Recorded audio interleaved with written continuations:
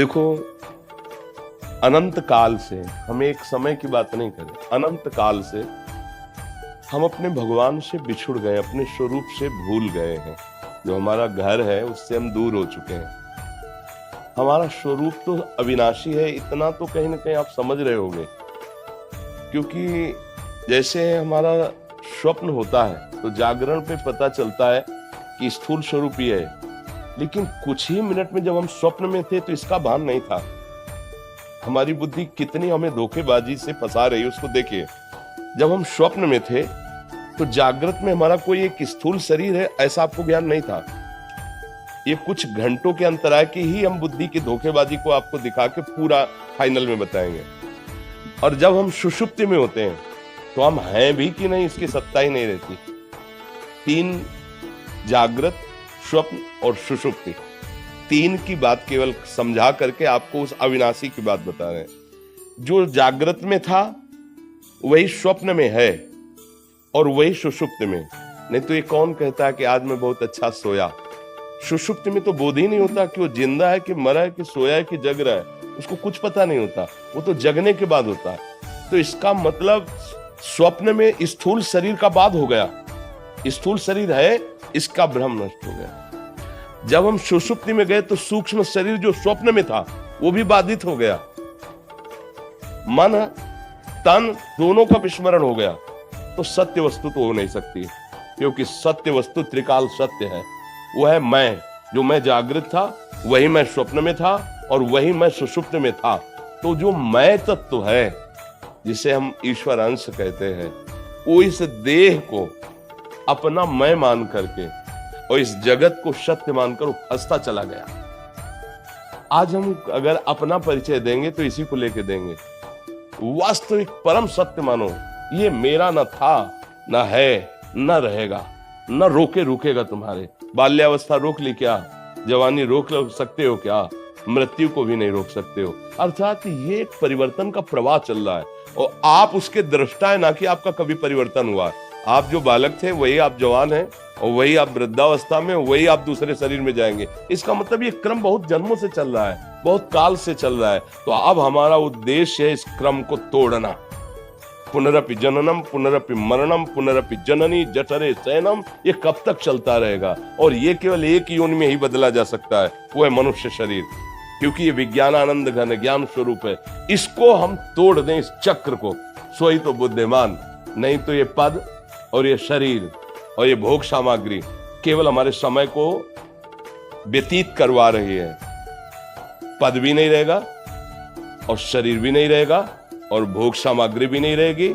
यहां दुनिया में लाखों का मेला जुड़ा, हंसा जब जब उड़ा तो अकेला उड़ा। आपका शुभ और अशुभ कर्म आपका साथ होगा। शुभ कर्म से आपको स्वर्गलोक आदि मिलेंगे, अशुभ कर्म से नरक आदि मिलेंगे। काम दोनों से नहीं बना।